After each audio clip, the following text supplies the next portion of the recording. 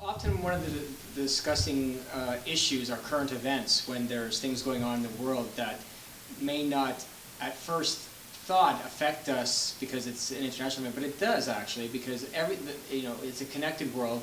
There's global issues. The recent event of the collapse of the clothing factory, in another country. A lot of people think, well, that doesn't really affect us. Well, it does, because our retailers, use those factories.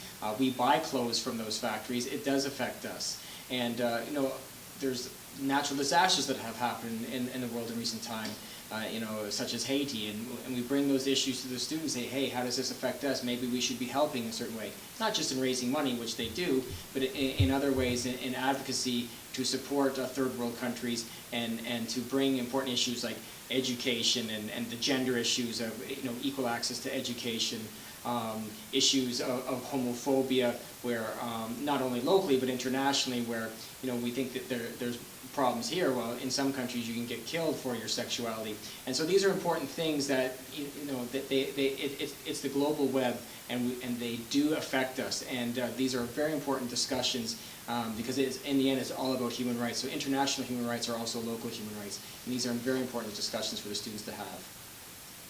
Yeah, I was going to say that they gain the sense that the world is big, but it's actually the opposite. They gain the sense that the world's actually really small, and that they are very connected in this world.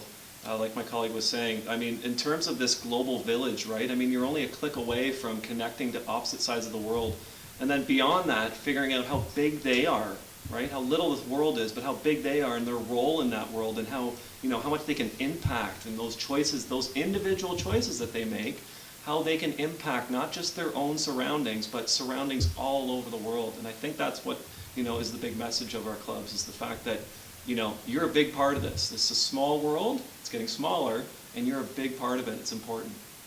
I think to kind of add on to what both my colleagues have said there, is that a lot of the problems that we face in the world seem absolutely overwhelming. Often when students find out, for example, about climate change, or they find out about some of the really catastrophic things that are happening on a global level, that they feel overwhelmed to some extent.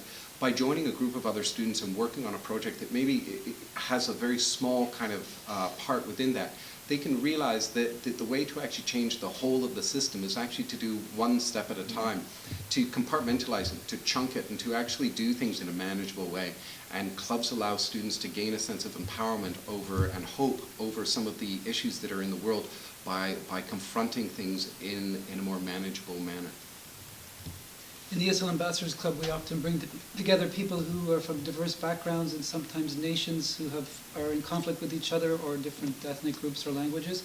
So it's an opportunity to sort of leave behind those conflicts and those tensions and build something new here.